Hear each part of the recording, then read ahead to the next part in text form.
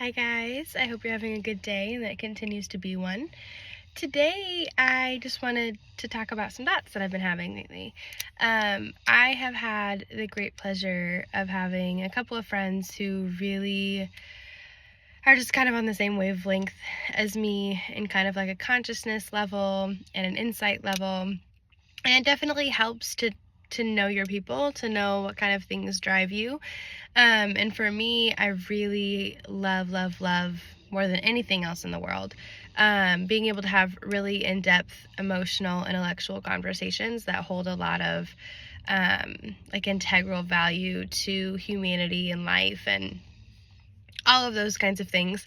Oftentimes I'm kind of like thrown into this category by a lot of people, where they kind of say like, it's not that deep, Emily, like you're being too dramatic about it or you're too sensitive about it, whether we're talking about like a particular action or behavior.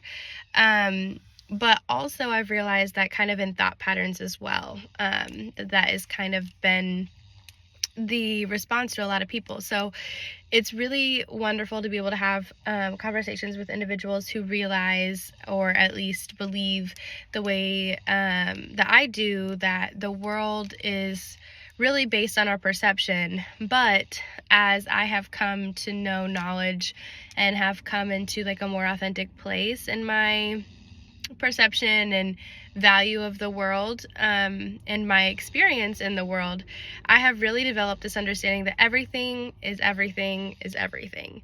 That there is a duality of life in the world that is both so complex and also so simple at the same time. Which is really interesting, that it can be both of those things, and not at the same thing, that everything is wildly the same and wildly different at the same time. And I began this conversation that way because previously in a different video, when I was talking about grieving, I had talked about how I kind of have this belief that we are consistently in a simultaneous process of both grieving or reacting to the loss of the things that we're losing actively, as well as engaging or experiencing in life for the ways that we are able to initiate or be ambitious. And that those things are happening simultaneously, and they're probably happening simultaneously in various aspects of our lives. And I was talking about this concept with my friend, and so we were just kind of talking about that in the context of relationship dynamics, in the context of like personal growth, in the concept of discovering more self-awareness and insight, and just in general how that really like enwraps you as an individual and kind of forces you into a new perspective and perception of where you currently are. And we were talking about how it's almost like a spiral. It's almost like a an evolution spiral. And what's interesting about that is that in spirituality, the spiral is often, and like in lots of Eastern ideologies, Eastern religion and cultures, there are several overlapping symbols that kind of represent that. So like in Buddhism, like the lotus flower and the I guess they're like the spiral is itself one, but they kind of represent this journey to oneself, and that journey to oneself is almost again like a side-by-side understanding of this is what your individual life is looking like, is going through all of these things and into this spiral. And hopefully, ultimately, if you are growing and learning and experiencing life, you are going from external understanding to internal understanding into inner knowing. And then again, externally coming back out. So I now know myself. I know what talents I possess. I know what interests I like. I know what community I'm meant to encourage or to promote, and utilizing those things and being able to connect to the people that you are meant to connect to, or in my belief, meant to help and help serve. And then again, like coming back out of that circle, like expanding into like an external sense. And as that's happening, you're also doing that kind of on a different scale. Like you're doing it on a micro scale, and you're also doing it kind of in a macro and a meso scale, those middle and large scales, because you are now connecting and showing other people the way to be able to do those things. And it's just been really interesting to me that we have this opportunity, I think, as humans, as people, to really get to know ourselves. And I saw a video the other day, and a man was recording his own response of kind of a personal conviction from his God. And I say it that way because I believe that all religions are valid. Your God is your God. So for him, I believe he was like a Christian man, and he was talking about a particular Psalm verse. And he was talking about how when you know your talents, you will be made a way. Essentially stating, like, if I now am gaining the understanding that this is what I'm meant to do here on earth, or this is the skill set or talent or greatness that I have been given, that if I am intentional and innate about that gift, that I'm passionate about it, that I utilize it in the correct ways, in the ways that promote betterness for myself and for the rest of my community, and then ultimately the world, that there will be a space that has been made intentionally for you. And he had said, so many people go throughout this world never having known themselves at all. And I think that really has been, I want to say that touched me, but that's not quite the right communication. I think it's more about the fact that is the right phrase to be able to communicate the feeling that I've been having. I think that everybody has their own ideas of why we're here and what we're supposed to do, and what religion is and what spirituality is, and all of these things. And over the past 3 years specifically, like, I have been thrown headfirst into all of that. And I have definitely found answers for myself, and they're not answers that I was ever raised with. They're not answers that I think that many people will understand, to be quite honest. And I'm okay with that. And I have realized, though, as I've gotten into that trench, that it has taken me that long to be able to understand all of those concepts, to be able to better know myself, to be able to get back to what and who, like, Emily is on, like, a pure level, what my soul entails, what things light me up, what things I'm passionate about, what things I just like to do because they're fun. And almost all of them are ones that one side of my community, I suppose, that I have created, doesn't understand, or isn't sure about, or is critical of. And so it's taken a lot of unlearning for me to be able to come back into that pureness of myself, and to, like, shed the skin of a snake, I guess, to shed limiting beliefs, to shed people-pleasing tendencies, to shed the idea that I can't be fully embodied in a version of myself that is just not that understandable to others. I think for a very long time, I believed that if other people didn't understand me, it was because I wasn't conveying it enough. I wasn't communicating it well enough. I wasn't clear enough. I wasn't consistent enough. I was not creating a self-identity that was, I don't want to say tolerable, but swallowable. That's not a word. But that was easy enough for people to understand that they would take it with grace and say, oh, okay, yeah, that's who she is, right? And I am just enough of a hodgepodge, and I think we probably all are, that I have lots of different roots in different places, and I just always will. I'm going to have really long nails, and people are going to look at me and say, that's ridiculous. And I'm going to do crazy weird things with my hair and cut it off and dye it colors and whatever. And not that that's super crazy, but it was where I came from.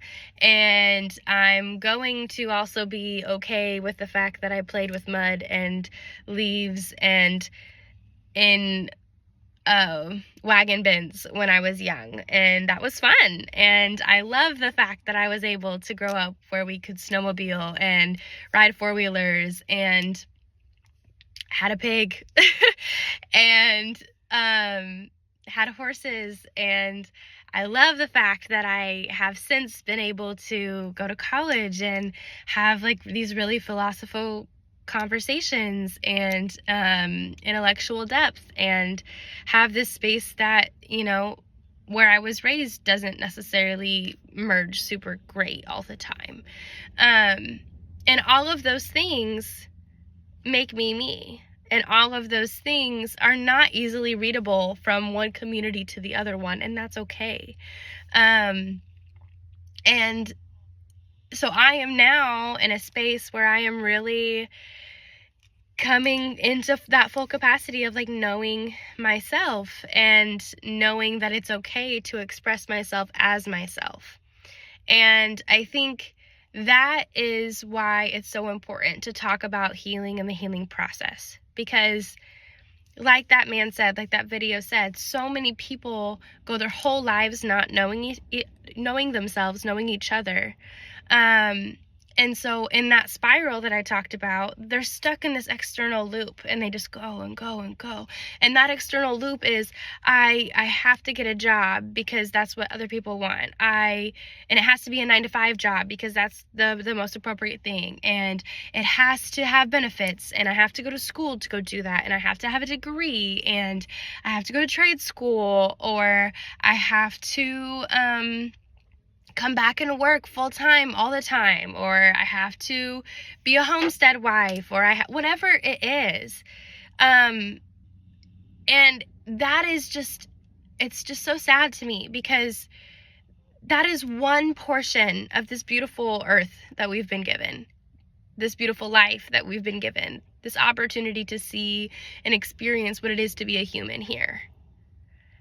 Whatever you believe in, it doesn't matter.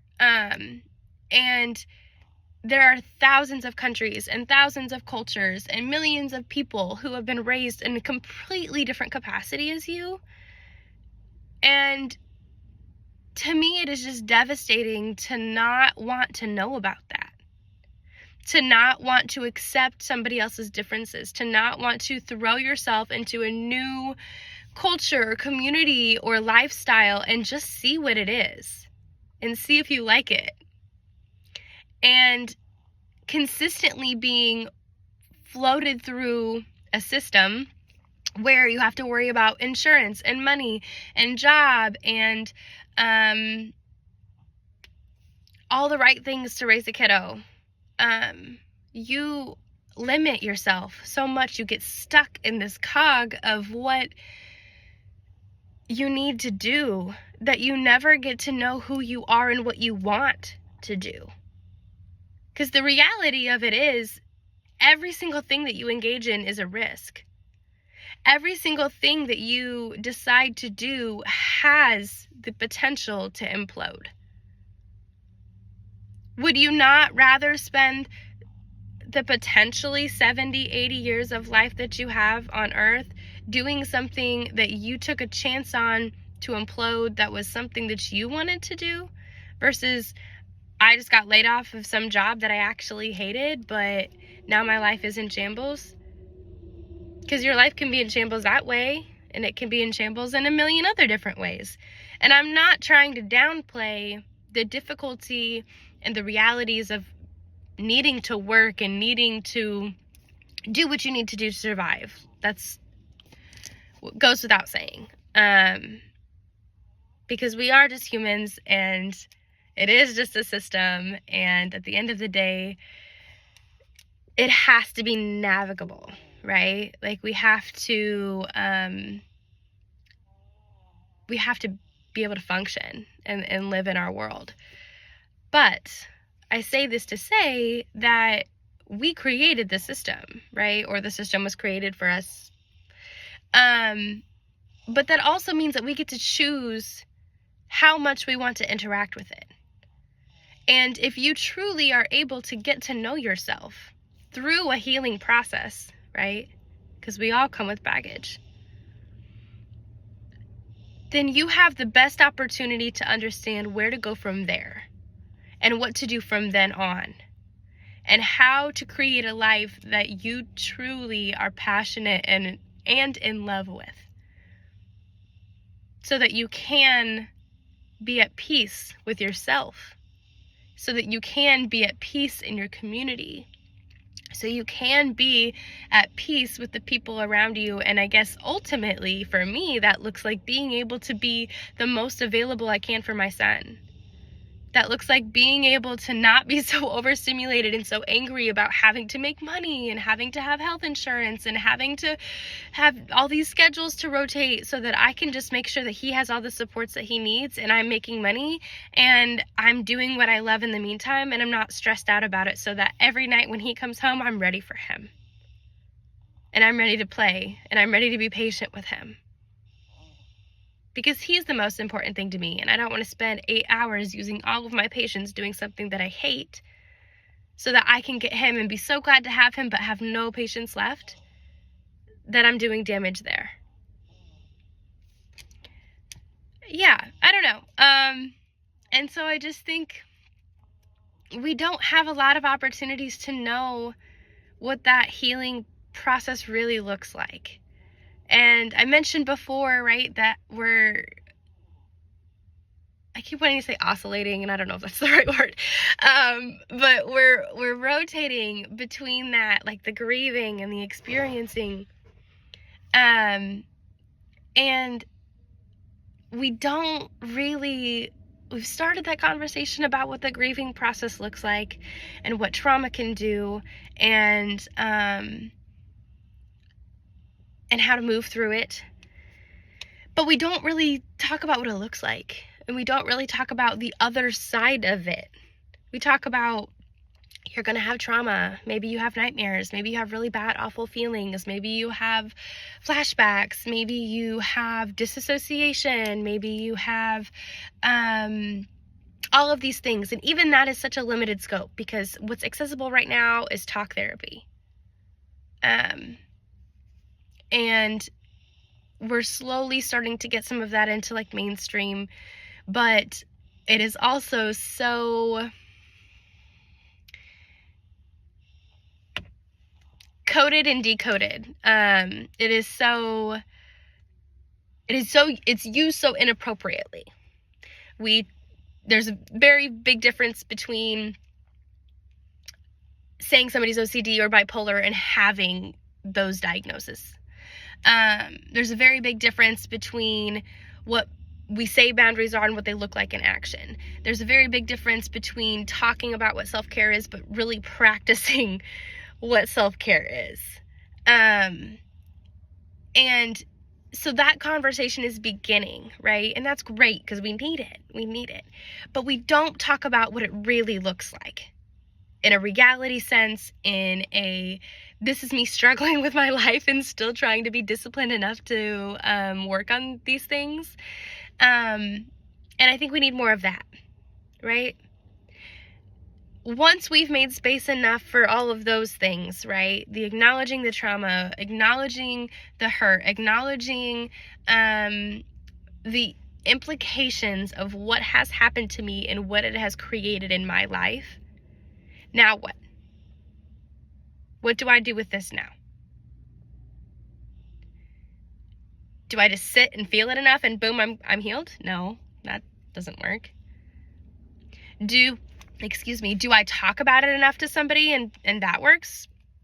Not usually. What's ironic about the healing process is that we believe and want it to be so simple, and it is and it's not, right? Just like I said in the beginning, like things are so complex and so simple at the same time, because at the end of the day, healing looks like feeling, and it looks like being, and it looks like doing, and it looks like the act of how a wound, a physical wound, heals itself, right? It is exposed. It has been made by something else. It has impacted our body. It has made a visible wound. And we see it. And we treat it. We spray some shit on it. We put a Band-Aid on it. Put some antiseptic on it. Right? To help allow it to heal. Right? So that is us going to talk therapy. That's us acknowledging the hurt. That's us maybe even saying how it made us feel. Maybe. We see it fester. We see it start to close. We see it get irritated by the fabric on your pants, and it opens again, right? Healing is so many things. And it's so many processes that, again, are happening simultaneously at the same time.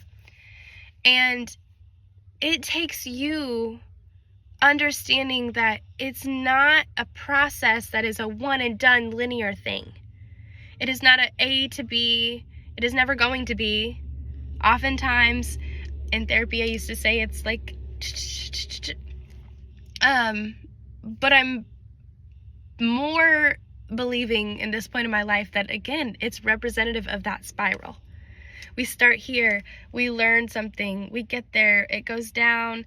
Oh, are we doing the right thing? I'm not sure. We come back around. Oh, we're on the up again. Okay, I thought I was here already. I thought I learned this already.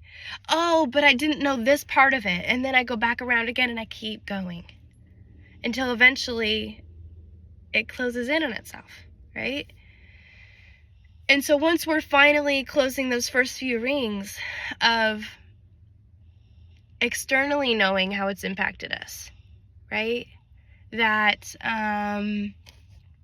that trauma means that that person's physical presence is gone. That's an external ring. They're not there anymore. That maybe I have health implications from sexual abuse. Or maybe the bruises heal from a physical altercation. Or maybe the silence that's there now that used to be filled with people yelling really awful things about us or fighting all the time. Or no longer having to be somebody's backbone and therapist. Right? Those ones are gone now. But there's still an inner spiral. There's still how it has impacted you internally. There is still how that thing lives in your body, what it has done to your nervous system, how every time that person says the right word, it elicits a response. How suddenly you're in a new relationship and that person does the same thing that that person used to do, and now you feel unsafe again.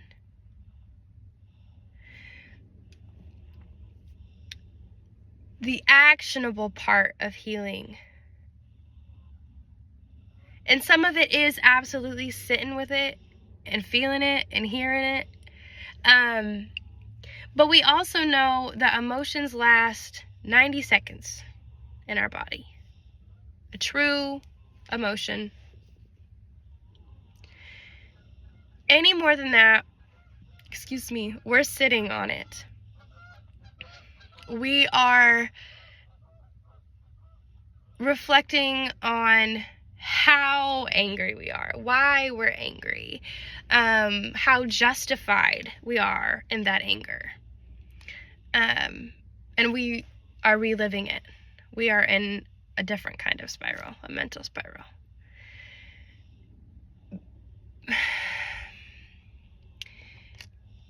If we can start making space in a way that is both honoring this grieving part of healing, while starting to have a representation, a narrative, an embodiment of what it looks like to make that actionable now, to where these two places meet, like an infinity, to where the grieving flows into action, flows into grieving, and it is okay for those things to be a dual process and to interact with each other at one time. We will start the actual process of healing, because that is when we're able to now rewire. That is what it looks like when your therapist says, "Great job, I'm so proud of you for being able to pause and reflect in that moment when you wanted to curse and scream at that person, but you said, okay, Emily, it's not that big of a deal. You're feeling really angry about it, and that's okay, but this isn't the appropriate mannerism to act out. Let me respond, take a second, maybe step back until I'm ready to engage again." And I'm not saying that you're going to do the right thing all the time. You're still a human. But it looks like being able to make those actions and those quick mindset shifts in real time, in present time. Being able to actually recognize that you're overstimulated and going and doing something about it before you get to a place where you start lashing out. I'm really awful at that. I'm really working on it.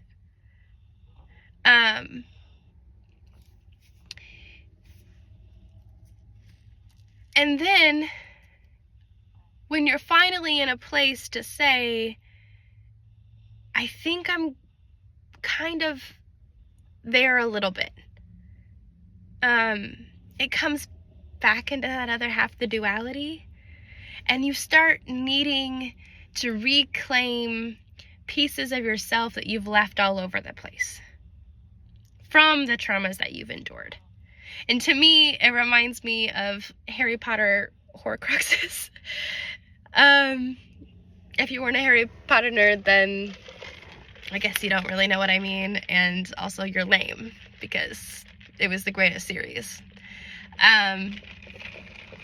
But of course, as a 27-year-old, like, why wouldn't I say that? That was the shit when we were young.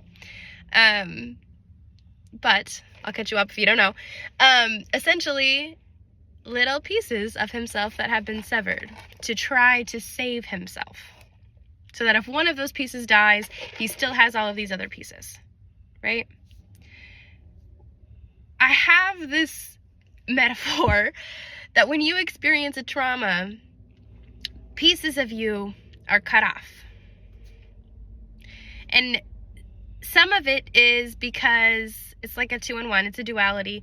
One portion of that is because you were unable to authentically express your true response because it was traumatic and you needed to do whatever you decided to do to survive. You enacted a survival brain, right? But that is not the true, pure, emotional response of you. So that's one piece of the you cut off that got left, right? The other piece is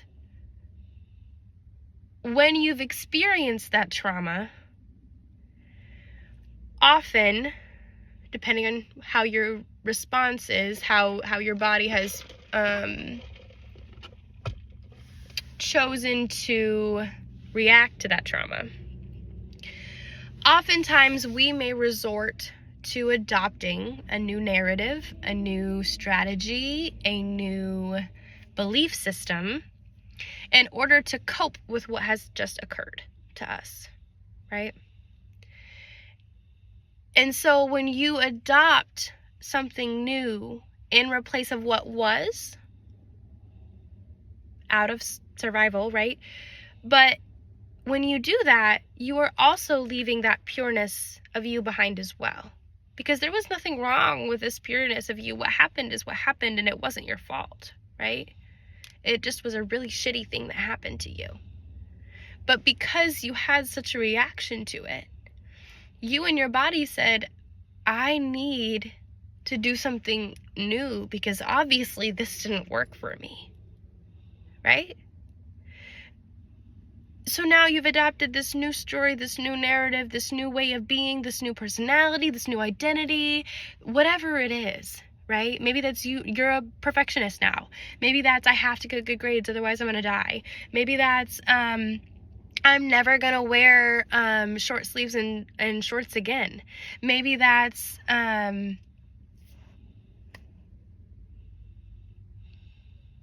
I don't know. It could be it could be anything, but it has changed that perception in your brain so much, right? And there's nothing wrong with enacting a new story, right? Sometimes we need to tell ourselves new stories and able to do something different. There's nothing wrong with that. But the point of it, though, like the key, like criticalness of that shift is that if you choose to adopt a new narrative, that's great and that's fine, but it has to be your conscious choice. And when you are not given that choice, when your brain does that out of survival, out of instinct, out of necessity, you are leaving parts of you behind. So when you become more conscious in your healing process, when you've acknowledged some of this grieving process and we're moving into this actionable portion, you start understanding that there's all of these little pieces of you scattered all over the place. Past pieces of you, present pieces of you. And it's your job to go back and say, is this a portion of me that is still me? And regardless, I still have to collect them. Because they belong to me and not that person who did this to me, not the environment that it happened in. And they still have value too, regardless if they need to be laid to rest or not. So I hope that in this page, obviously, I've mentioned quite a few times that I have intentions for it to be healing in kind of this creative sense, right? Because I think that there are so many of us who believe that healing looks like sitting down and talking on a sofa. And it makes me think of Noah Kahan's song where he says,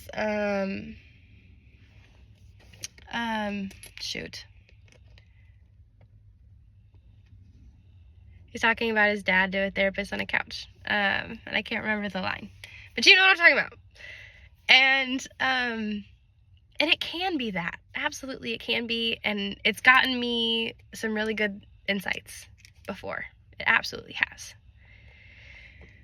But I live and have lived, and a lot of my trauma has lived in my brain for so long that any healing that I do that's solely in my brain is not going to transmute and release all of the way out of me and truly heal and be truly processed. And even if I wanted to, it wouldn't, because trauma does not live just in your brain. It lives in your being. There is a body connection, and if you do not have a mind and body connection, then there is trauma in your body. Your mind and your body are partners that communicate consistently. And if you are able to dissociate one from the other, then they're not operating the way that they should be, right? You are not able to be an authentic human being.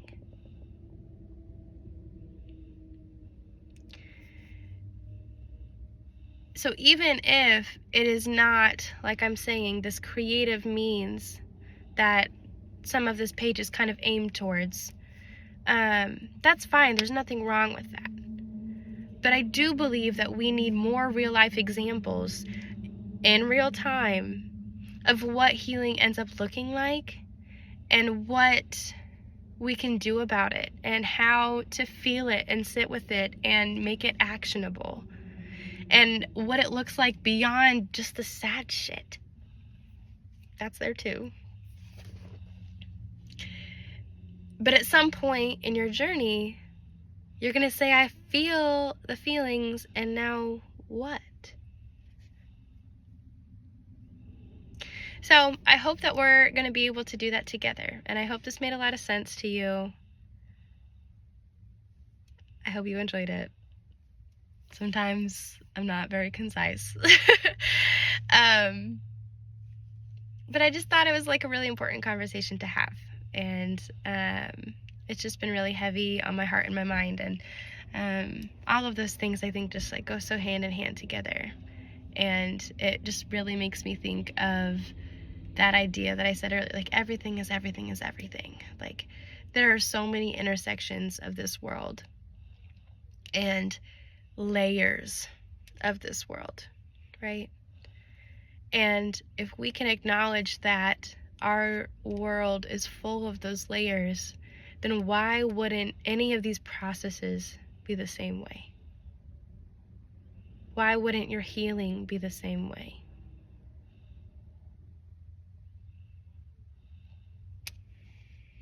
Okay, that's my food for thought today. I hope you have a good rest of your day. And if you're interested or have any insights that you'd like to let me know, I'd love to hear them in the comments below. Bye.